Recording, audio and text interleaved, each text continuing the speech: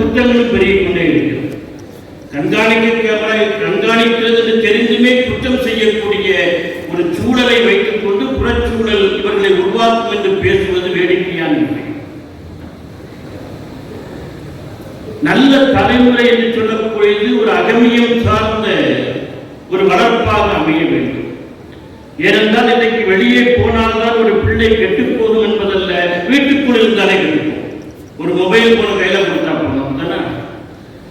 என் நண்பர் ஒருவரை பார்ப்பதற்கோடு இல்லத்திற்கு சென்றிருந்தேன். அவரோடு பேசிக்கிட்டு இருக்கிறேன். அவருடைய ஒரு 7-8 வயது பேரப்பைய பக்கத்தில் உட்கார்ந்து ஒரு பெரிய செல்ல பார்த்தா ஒரு மோசமான ஆபாசமான காட்சி. சின்ன பையன் இதையெல்லாம் பார்க்கிறானே, கெட்டு போகக்கூடாது அப்படின்னு நான் நினைக்கிறேன். ஆனா டக்குனு அவன் மாத்தினான். எனக்கு சந்தோஷமா இருக்கு, பரவாயில்ல பையன் விவரமா இருக்கான், குறைச்சிக்கணுமா அப்படின்னு நினைச்சேன். ஆனா அவன் எதுக்கு மாற்றிருக்கான்னா, பேராசிரியர் பெரிய மனுஷன் இதையெல்லாம் பார்த்து கெட்டு போகக்கூடாதுன்னு மாற்றிருக்கான். அது நீங்க ஆமா, அது தம்பி மோசமான விஷயம்ங்கிறதுனாலதான் எல்லாம் தலை குனிந்து பார்க்கிறாங்க. வீட்டுக்கு வந்த பெரிய மனுஷனை கெடுக்கக்கூடாதுங்கிற நல்லெண்ணத்தின் அடிப்படையில் அவன் அதை மாற்றிருக்கலாம். இன்னைக்கு பிள்ளைகளுக்கு நல்லது கெட்டது என்று சொல்லிக் கொடுக்க வேண்டிய அவசியம் இல்லை, எல்லாம் அவர்களுக்கு தெரியும் என்கின்ற ஒரு அச்சத்தை இன்றைக்கு நமக்கு புறச்சூழல் கலாச்சார சீரழிவு மூலம் வீடுகளுக்குள்ளே வந்து ஏற்படுத்திக் கொண்டிருக்கிற காலகட்டத்தில் தான் நாம் அகமியம் சார்ந்து ஒழுக்க வாழ்வியல் சார்ந்து அறவாழ்வு சார்ந்து எப்படி வளர வேண்டும் என்கின்ற ஒரு முடிவை எடுக்க வேண்டிய அவசியம் இல்லை, அவசியம் இருக்கின்றது. ஒரு தாய் தன்னுடைய மகளிடம் சொன்னா அந்த பொண்ணு கூட சேராதான், நம்ம ஏமா சேரக்கூடாது, மோசமான பொண்ணு, அந்த பொண்ணு கூட சேர்ந்தா நீ நல்ல பொண்ணு, நீனு கெட்டு போக வேண்டாம். அப்பொழுதுதான் மகள் தாயை பார்த்து திருப்பி கேட்டால், ஏமா மோசமான பொண்ணு கூட சேர்ந்து நல்ல பொண்ணான நான் கெட்டு போன்னு சொல்றீங்க, நல்ல பெண்ணான என்னோட சேர்ந்த அந்த மோசமான பெண் ஏன் நல்ல பெண்ணாக மாறக்கூடாது என்று திருப்பி கேட்டாங்க. இந்த உத்தரவாதத்தை நம்முடைய பிள்ளைகள் நமக்கு தருகிறதா? இந்த உறுதியை நம்முடைய பிள்ளைகள் நமக்கு தந்தால் நம்முடைய பிள்ளைகளை புறச்சூழலுக்கு எங்கு வேண்டுமானாலும் வேலைகளுக்கு அனுப்பலாம், எந்த துறைக்கு வேண்டுமானாலும் அனுப்பலாம். இதுதான் அடிப்படையாக தேவை இருக்கின்றது. ஏனென்று சொன்னால் மார்க்க ஒழுக்கங்கள், விழுமியங்கள், அறவாழ்வு சார்ந்த ஒரு வளர்ப்பு என்று சொல்லக்கூடியது ஒவ்வொருத்தருக்கும் ஒரு பாதுகாப்பு கவசம், எதையும் எதிர்கொள்ளக்கூடிய துணிச்சலை அவர்கள் கொடுக்கும். இன்னைக்கு உலக சூழல் புறச்சூழல் எப்படி இருக்கும் என்று தெரியும். அது குறிப்பாக முஸ்லிம்களுக்கும் இஸ்லாத்திற்கு எதிரான வன்முறை கலாச்சாரங்கள், தவறான பேச்சுக்கள், குற்றச்சாரங்கள், நடவடிக்கைகள் என்று வளர்ந்திருக்கக்கூடிய சூழலிலே கல்வி கற்று வெளியே வரக்கூடிய நம்முடைய சமூகம், நம்முடைய பிள்ளைகள் அதை எதிர்கொள்ளக்கூடிய மிகப்பெரிய அவசியம் சார்ந்த ஒரு உறுதியோடு இருக்க வேண்டும். அதற்கு ஒரு உதாரணம் சொல்கின்றேன். ஒரு 3 ஆண்டுகளுக்கு முன்னால் கர்நாடகாவிலே தேர்வு எழுதக்கூடிய முஸ்லிம் பெண்கள் ஹிஜாப் அணியக்கூடாது, கலக்கி வைத்துவிட்டு உள்ளே வாருங்கள் என்று அந்த அரசு, அந்த கல்வி நிறுவனங்கள் அன்றைக்கு ஆணை பிறப்பித்த பொழுது பல மாணவிகள் தன்னுடைய வாழ்க்கை போய்விடும் என்று பயந்து ஹிஜாபை கலத்தி வைத்து போன பொழுது 2000க்கும் மேற்பட்ட முஸ்லிம் பெண்கள் ஹிஜாபை கலத்துவதற்கு தயாராக இல்லை. பரீட்சை எழுத முடியாமல் பரவாயில்லை, எங்கள் உரிமையை நாங்கள் போராடி பெற்றுக் கொள்வோம் என்று ஹிஜாபை கலத்து 2000 பேர் பரீட்சை எழுத முடியும். பெரிய பிரச்சனையாக உலகம் முழுக்க பேசப்பட்டே தெரியும். அந்த நேரத்தில் தான் மாண்டியாவிலே ஒரு கல்லூரியிலே முஸ்காத் கான் என்று சொல்லக்கூடிய 20 வயதினுடைய அருமை மகள் ஒருத்தி புர்கா அணிந்து ஹிஜாப் அணிந்து கொண்டு அப்படியே 2 வீலர் மொபட்ட கல்லூரிக்குள்ள நுழைகிறார்.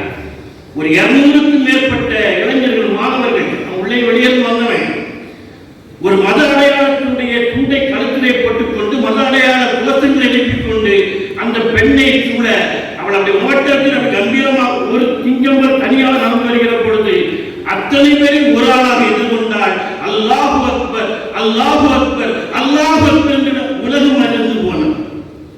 அல்லாஹு அக்பர், அல்லாஹு அக்பர், அல்லாஹு அக்பர் என்று எண்ணிக்கொண்டே இருந்தோம் என்று சொன்னால் திக்கிற நன்மைகள் தேரும்.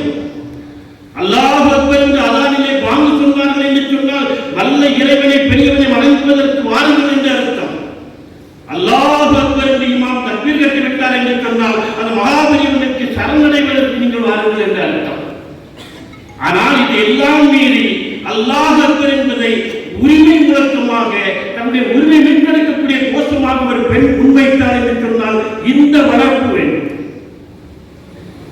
அப்படியாக இவர் வளரக்கூடிய கல்வி, இவர் சமூகத்தில் நாளைக்கு எதிர்கொள்ள விஷயங்கள் அத்தனையும் துணிச்சல் எதிர்கொள்ளக்கூடிய அகம் சார்ந்த ஒரு அற்புதமான ஒரு வளர்ப்பு தேவை என்பதை நான் வலியுறுத்துகின்றேன். ஒரே ஒரு செய்தி, மிக முக்கியமான செய்தி இன்றைய நம்முடைய சூழலில். ஒன்று தமிழகம் சார்ந்த அரசியல் சூழல், இன்னொன்று தேசியம் சார்ந்த அரசியல் சூழல். தமிழகம் சார்ந்த அரசியல் சூழல் ரெண்டு ஒரே ஆபத்து. அரசியல் சூழல் என்ன? நிறைய கல்வி நிறுவனங்களை ஆரம்பித்து விட்டோம், படிக்க வைக்கிறோம், பிரம்மாண்டமான வளர்ச்சியை பார்த்துக் கொண்டிருக்கவில்லை என்று சொல்லவில்லை. ஆனால் பொது சமூகத்திலே நமக்கான இடம் என்ன? ஏன் தமிழகத்திலே நமக்கான இடம் என்ன என்று என்னைக்கா யோசித்தோமா? இன்றைக்கு தமிழ் தேசியம் பேச ஆரம்பித்து விட்டார்கள். அதனால திராவிடத்துக்கு எதிரான குரல் வலித்துக் கொண்டே இருக்கிறது. இங்கே ஓவியத்தினுடைய வரலாற்றை திராவிட கலாச்சாரத்தில் அமைந்த பள்ளிவாசல்களை உருவாக்கணும் என்று பேசியது மகிழ்ச்சியாக இருந்துச்சு. யதார்த்தம். தமிழ் தேசியம்னா என்ன தெரியுமா? தமிழர்களால் வாழக்கூடியவர்கள், தமிழ் பேசக்கூடியவர்கள், தமிழகத்தில் பிறந்தவர்கள் மட்டும்தான் தமிழ்நாடு.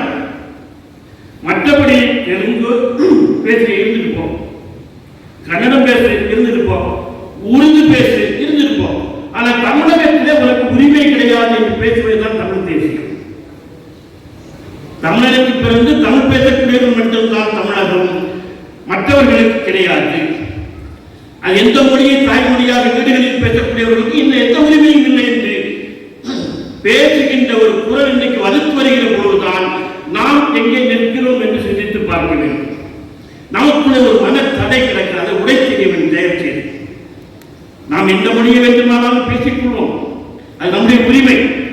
ஆனால் ஒரு விஷயம் என்னென்று சொன்னால், நாம் வாழுகின்ற பெரும்பான்மை சமூகம் பொது சமூகத்தினுடைய தாய்மொழி தமிழ் மொழியாக இருக்கிறது.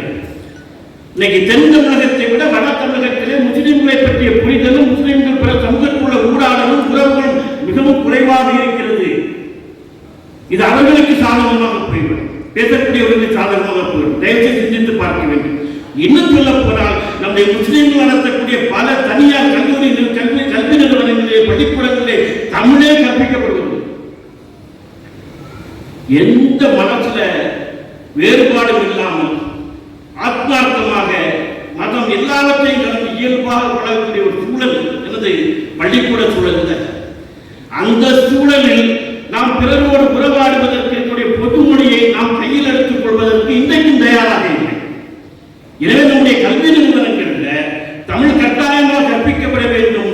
பெற்றவர்களோடு உரையாடுவதற்கும் தொடர்பு கொள்வதற்கும், நம்மை அவர்கள் புரிந்து கொள்வதற்கும், அவர்களை நாம் புரிந்து கொள்வதற்குமான அந்த பெரும்பான்மை மொழியை சொல்லக்கூடியது நம் கையகப்பட வேண்டும். அதற்காக வேண்டிய தீர்மானங்களை நாம் எடுத்தாக வேண்டும்.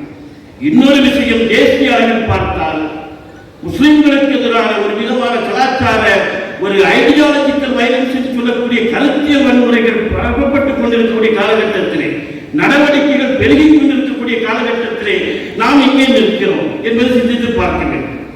நாம் இன்னொரு மனத்தடையை உழைத்தாக வேண்டும். என்ன தடை? நாம் ஒரு வட்டத்துக்குள்ளே கிடக்கும். பாபிலோன் இடிப்புக்கு பின்னால் தெரிந்தோ தெரியாமலோ நமக்குள்ளே ஒடுங்க ஆரம்பித்திருக்கும், சுடுங்க ஆரம்பித்திருக்கும், ஒரு வட்டத்துக்குள்ளே ஒன்று விட்டோம். நம்முடைய முஸ்லிம் கல்வி நிறுவனங்கள், கல்லூரிகள் எல்லாம் பரவாயில்லை, எல்லா சமூகத்திலும் படிக்கிறார்கள். ஆனால் முஸ்லிம்கள் நடத்தக்கூடிய சிபிஎஸ்இ பள்ளிக்கூடங்கள், மெட்ரிகுலேட் பள்ளிக்கூடங்களை பார்த்தால் முழுக்க முழுக்க முஸ்லிம் பிள்ளைகளாகவே இருக்கிறார். முஸ்லிம் பிள்ளைகளாக இருக்கிறார்கள். 1-2 நான் முஸ்லிம்ஸ் இருந்தாலும் அவர்கள் அந்த டீச்சர்ஸ் பிள்ளைகளாக இருப்பாங்க, மறந்து கொண்டிருந்து இருப்பாங்க. பெரும்பாலும் மிகப்பெரிய கல்வி நிறுவனங்கள், பல நிறுவனங்களை பார்த்துவிட்டு முஸ்லிம் பிள்ளைகள் மட்டும்தான் படிக்கிறார்கள். நான் என்ன கேட்கிறேன், 3 வயது முதல் 18 வயது வரை முஸ்லிம்கள் குடும்பம் முஸ்லிம், முகம் முஸ்லிம், பள்ளிக்கூட முஸ்லிம், முஸ்லிம் முஸ்லிம் என்று முஸ்லிம்களையே பார்த்து வளரக்கூடிய ஒரு தலைமுறை நாளைக்கு பன்முக சமூகத்தினுடைய இந்திய சமூகத்தில் எப்படி வாழும் என்று நான் கேட்கிறேன். எப்படி இந்திய சமூகத்தில் வாழப்போகிறார்கள் இவர்கள்? பள்ளி பருவங்கள் எல்லா பருவங்களையும் வளரக்கூடிய சூழல் வேண்டாமா? சென்னையில் இருக்கக்கூடிய ஒரு பிரபலமான முஸ்லிம் வெற்றிக்குள்ளே ஒரு பள்ளிக்கூடத்தில் படிக்கிற உறவுக்கார பையனிடம் நான் கேட்டேன். 4ஆம் கிளாஸ் படிக்கிறான், 9 வயசு. அவன்கிட்ட கேட்டேன், உன் கிளாஸ்ல நான் முஸ்லிம்ஸ் எத்தனை பேர் இருக்காங்கன்னு கேட்டேன். வகுப்புல முஸ்லீம் அல்லாதவர்கள் நான் முஸ்லீம். என்ன பதில் சொல்ல தெரியுமா? என்ன பதில் தெரியுமா? என் கிளாஸ்ல ஒன்லி முஸ்லிம், நோ காஃபி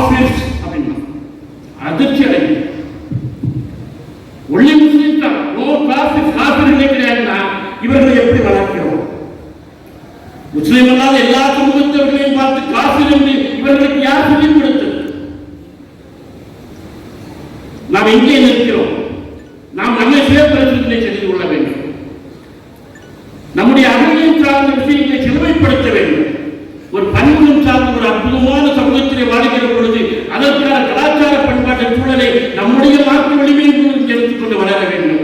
இதையெல்லாம் செய்தால்தான் கல்வியினுடைய நோக்கம் நாளைக்கு இந்திய சமூகத்திலே நிற்பதற்கும் அதிகாரங்களை பற்றி உயர்ந்த பதவிகளில் அமர்வதற்கும் எல்லா தடைகளையும் உடைத்துக் கொண்டு உறுதியாக நிலைப்பாடுடையவர்களாக இருப்பதற்கும் வேறு காரணமாக அமையும் என்று சொல்லி வாய்ப்புக்கு நன்றி கூறி விடைபெறுகிறேன்.